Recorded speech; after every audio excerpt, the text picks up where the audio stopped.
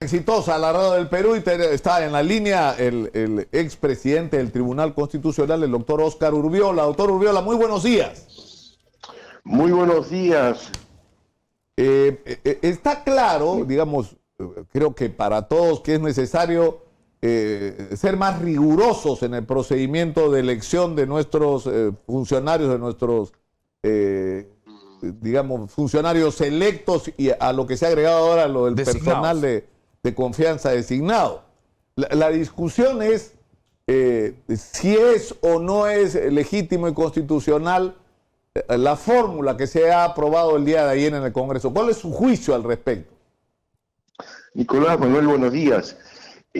Todo derecho constitucional consagrado no solo en nuestra Constitución, sino en los convenios y tratados internacionales, y uno de ellos es precisamente la presunción de inocencia, que es el principio bajo el cual no se ha podido establecer hasta ahora una limitación para que quienes quieren postular a cargos de elección popular, incluso ahora a la designación de algunos cargos de confianza, cuando tienen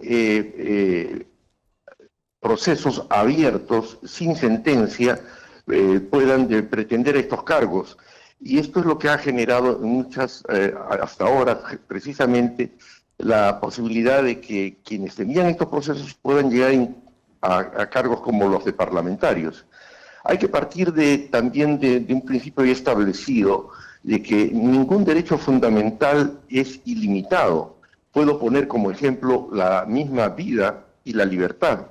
Cuando es necesario limitar este derecho, se puede establecer, como sucede en nuestra legislación, la pena de muerte, que es una limitación al derecho a la vida, cuando se trata de delitos como traición a la patria, por ejemplo. Esa es una limitación a un derecho fundamental. Lo mismo ocurre con la libertad, que es un derecho fundamental que se puede limitar cuando alguien ha delinquido y es sentenciado y es privado de la libertad. Tiene que haber una ponderación. En este caso, la presunción de inocencia es otro derecho consagrado en la Constitución que puede ser limitado. Y precisamente ahí está la discusión. ¿Cuándo se limita? Cuando hay sentencia firme. Y entonces yo creo que en este caso, en una ponderación, se está teniendo en consideración que una sentencia en primera instancia para delitos graves puede constituir un impedimento para postular a cargos de elección popular o cargos de confianza, porque existe la necesidad de privilegiar el interés público para garantizar que quienes llegan a ese cargo sean personas sin ningún cuestionamiento. Ya una primera sentencia puede significar no solo un indicio, casi un elemento de convicción claro, de que puede haber o tener una conducta que es inapropiada doctor Urbiola, para el cargo. Ahora, porque estamos hablando de un tema de modificatoria constitucional, modificado el artículo 34, el artículo 39, el 34 para cargos de elección popular y el 39 para cargos por designación, si eso se constitucionaliza, el debate respecto a que si hay o no hay un conflicto, estamos hablando ya de dos normas que estarían constitucionalizadas, respecto al tema del derecho fundamental a la presunción de inocencia, constitucionalizado por supuesto, pero además luego esta variación del artículo 34, el 39, constitucionalizadas las modificaciones también, persiste, digamos, el debate, persiste la contradicción, persiste, no sé si la incompatibilidad, para decirlo de alguna manera.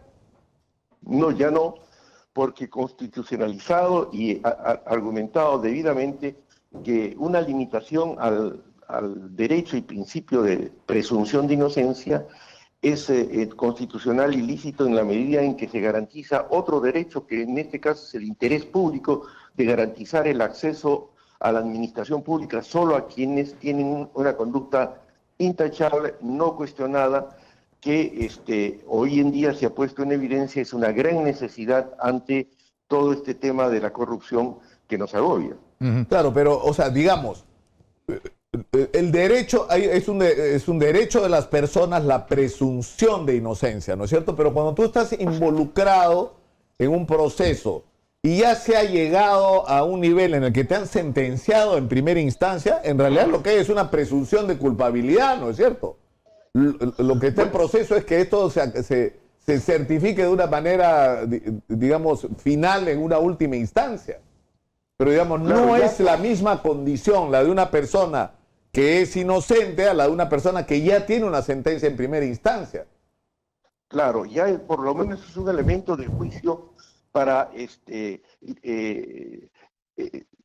limitar en cierta forma ese derecho a la presunción de inocencia.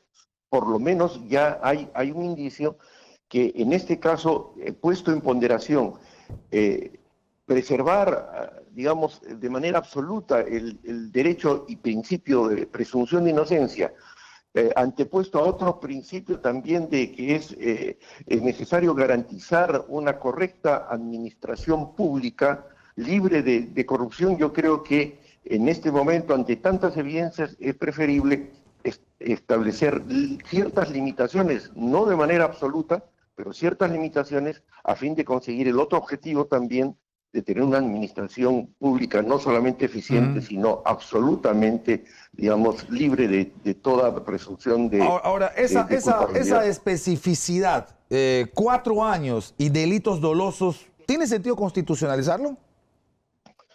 Yo creo que las limitaciones a este principio y derecho de presunción de inocencia tiene que tener pues especificaciones muy precisas a fin de no comprender situaciones, por ejemplo, como las que podrían suceder cuando alguien ha cometido un delito, digamos, incluso culposo. Podría ser hasta un accidente de tránsito que no amerita pues generar limitaciones a la presunción de inocencia, ¿no? Porque nadie está libre. Correcto. O sea, digamos, ese es el marco, ¿verdad? Estamos hablando de condena en primera instancia, estamos hablando de delitos culposos y estamos hablando de posible pena privativa. En primera instancia también de 4 años a más.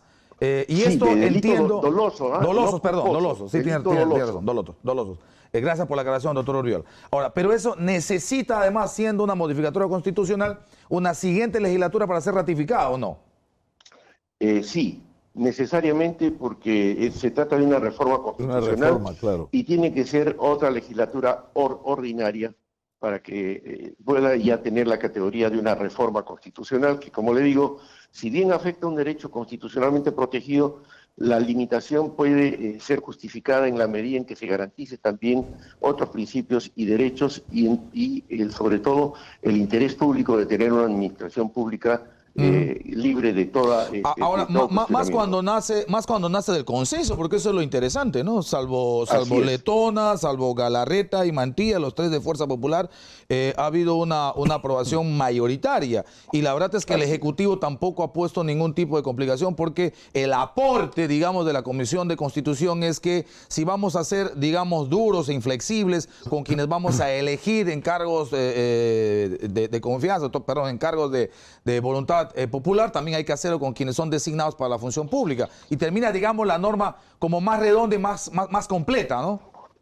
Efectivamente, y como les dije al iniciar esta entrevista, si se puede limitar el derecho fundamental a la vida y a la libertad, que son los derechos, podríamos decir, de primer orden en la vida del hombre, por interés público, ya he dicho el ejemplo, ¿no?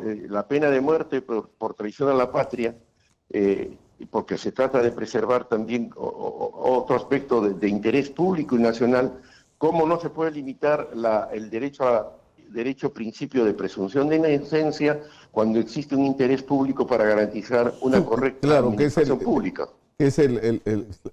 Habría que revisar además estadísticamente cuántos de aquellos sentenciados en primera instancia son absueltos en la segunda, ¿no es cierto? Efectivamente. Pero además hay otra mirada. ¿Cuántos políticos podrían usar su condición ¿no es cierto?, de personal de confianza de un ministerio y por lo tanto ser un hombre con poder, o más aún ser congresista y tener una sentencia? O sea, la experiencia que hemos tenido es que más bien lo que se ha hecho es usar, ¿no es cierto?, el poder que te atribuye el haber sido electo para torcer la administración de justicia, ¿no? Sí, efectivamente. Yo creo que el momento que vive el país y la magnitud que tiene este gran problema de la corrupción justifica que se tomen medidas en que en algún momento pueden ser drásticas, pero que son necesarias en ese momento para que con caras al futuro podamos nosotros garantizar una administración pública en general libre de toda corrupción. Ahora, por datos del propio Poder Judicial, entre apelaciones a favor de las defensas o declaraciones de improcedencia en segunda instancia e incluso en casación, esta no pasa del 20%. Es decir, por cifras del propio Poder Judicial, de cada 10 casos que se resuelven de una manera en primera instancia, 8 se ratifican en segunda instancia e incluso en el tema de casación. Y solo 2 y hasta menos de 2 son apelados a favor de la defensa o en todo caso declarados improcedentes en lo que corresponde a decisión de primera instancia. Así que tampoco es que haya tanta afectación si nos atenemos a las estadísticas que el propio Poder Judicial ha señalado, doctor Urbiola.